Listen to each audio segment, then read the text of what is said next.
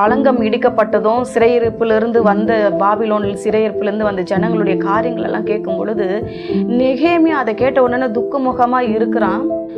அந்த துக்கத்தை கேட்டு அவன் என்ன பண்றான், எப்படி இதை ஏதாவது சரி பண்ணணுமே, அவன் என்ன பண்றான், அவன் உபவாசித்து அழுது மிகவும் வேதனைப்படுகிறான்.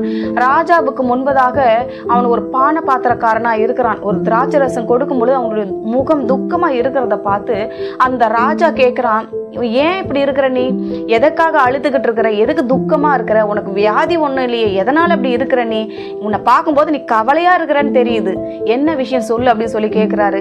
அவன் என்ன சொல்றான், நான் அலங்கத்தை கட்ட போறேன், நான் இப்போ கட்ட போறதுக்கு கிட்ட உத்தரவு வேணும், நான் இவ்வளவு நாள் ஆகும் வர்றதுக்கு. ரெண்டாவது, நான் போகும்போது யாரும் என்னை தடை பண்ணாதபடிக்கு எனக்கு ஒரு கடிதம் எழுதி கொடுங்க அப்படின்னு கேட்கறான். ரெண்டாவது, வேலைக்கு கொஞ்சம் மரங்களை கொடுங்க. இந்த ரெண்டு காரியங்களே கேட்கறான்.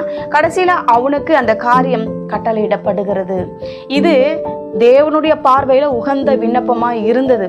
ராஜாவுக்கும் இது ஏற்ற காரியமாய் காணப்பட்டது. அதனால ராஜா என்ன பண்றான், சரிப்பா நீ துக்கமா இருக்கிற, உன்னுடைய சந்தோஷத்துக்காக நான் இதையெல்லாம் செய்யறேன்னு சொல்லி அதை செய்யறாரு. நான் உங்களுக்கு அந்த வசனத்தை வாசிக்கிறேன். நெகேமியா 2ஆம் அதிகாரம் 4வது வசனத்துல, அப்பொழுது ராஜா அவனை பார்த்து, நீ கேட்கிற காரியம் என்ன என்றார். சும்மா 2 லைன் நம்மளுடைய செய்திக்கு தேவையானது. நீ கேட்கிற காரியம் என்ன அப்படின்னு சொல்லி கேட்கிறாரு. அவர் கேட்கிற காரியம் ராஜாவுக்கு உகந்ததா இருந்தபடியினால இந்த 8வது பகுதியை நான் வாசிக்கிறேன் பாருங்க. என் தேவனுடைய தயவுள்ள கரம் என் மேல் இருந்தபடியால் ராஜா அவைகளை எனக்கு கட்டளையிட்டார். உங்களை பார்த்து நான் சொல்றேன், நீங்க என்ன கேட்க போறீங்க, அது நீங்க போய் கேட்கிற ராஜாவின் இடத்துல கேட்க போறீங்க.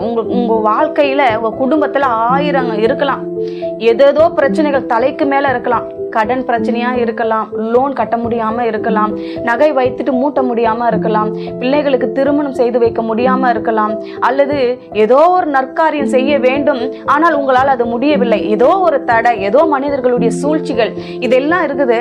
ஆனா எனக்கு தேவனிடத்துல இருந்து ஒரு ஒத்தாசை வேணும், ஒரு தயவு வேணும், ஒரு உதவி வேணும்னு நீங்க எதிர்பார்க்கறீங்க. ஆனா நீங்க இந்த அர்தசஷ்டானுங்கிற அந்த பூமிக்குரிய ராஜாவே இவைகளெல்லாம் குறித்து கவலைப்பட்டு யோசித்து சரிப்பா அப்படின்னு சொல்லி உங்களுக்கு இந்த காரியத்தை கட்டளையிடும் பொழுது, பரலோகத்தின் ராஜா, அண்ட சராசரங்களை ஆள போகிறவர், ராஜாதி ராஜா, அவர் நம்ம கேட்கிற காரியத்தை கட்டளையிட மாட்டாரா?